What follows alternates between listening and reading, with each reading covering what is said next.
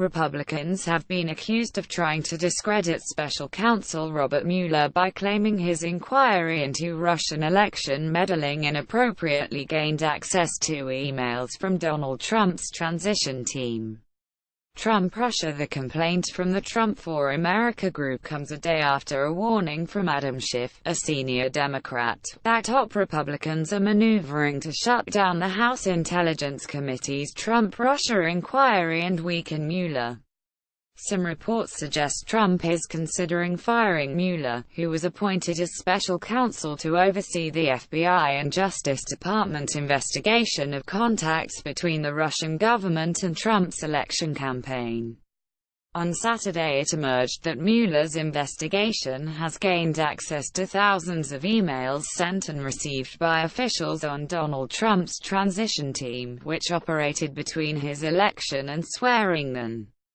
Corey Langhofer, general counsel for the transition group, has written to the Republican chairs of the House Oversight Committee and the Senate Homeland Security Committee about what the transition contends was an unauthorized disclosure of its emails by the General Services Administration (GSA). The GSA is a government agency that has supported presidential transitions in recent years and typically houses electronic transition records in its computer system. The transmission team says the GSA did not get its permission to hand over the emails. But Eric Swalwell, a Democrat on the House Intelligence Committee, said, "This is another attempt to discredit Mueller as his Trump-Russia probe tightens." Private documents on a U.S. government, public email system. What are they afraid was found?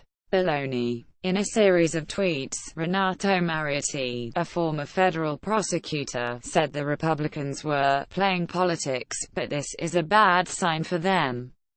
Of course Mueller obtained emails from a third party, he said.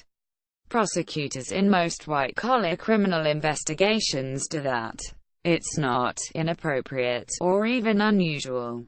Anyone who claims otherwise has no idea what they're talking about. Renato Mariotti at Renato_Mariotti. If Mueller didn't follow the law, a court would suppress the evidence so it couldn't be used.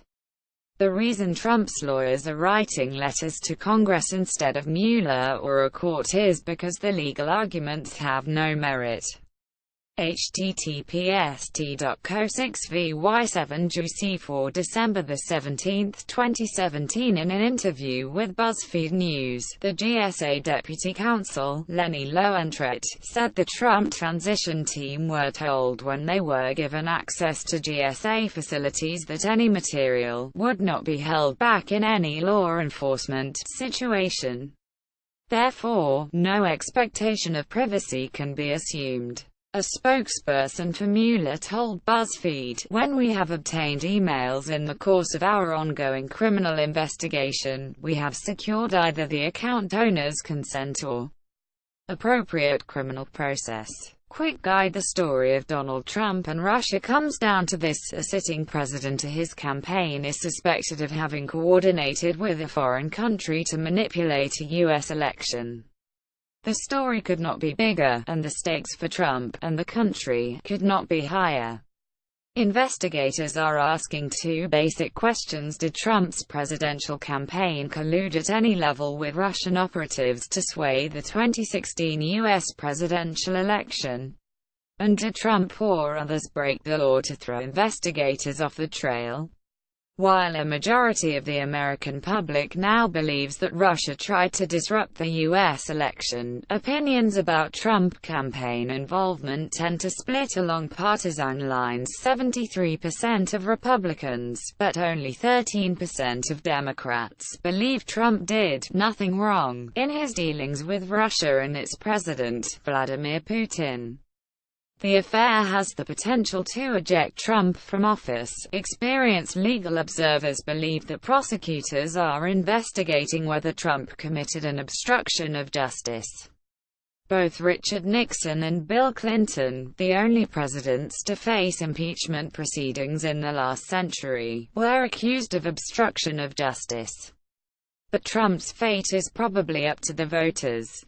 Even if strong evidence of wrongdoing by him or his cohort emerged, a Republican congressional majority would probably block any action to remove him from office.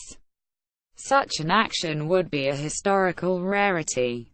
Former Foreign Policy Advisor George Papadopoulos pleaded guilty to perjury over his contacts with Russians linked to the Kremlin, and the president's former campaign manager Paul Manafort and another aide faced charges of money laundering. The investigations have an open timeline. Thank you for your feedback. Among the officials who used transition email accounts was former National Security Advisor Michael Flynn, who pleaded guilty to a count of making false statements to FBI agents in January and is now cooperating with Mueller's investigation.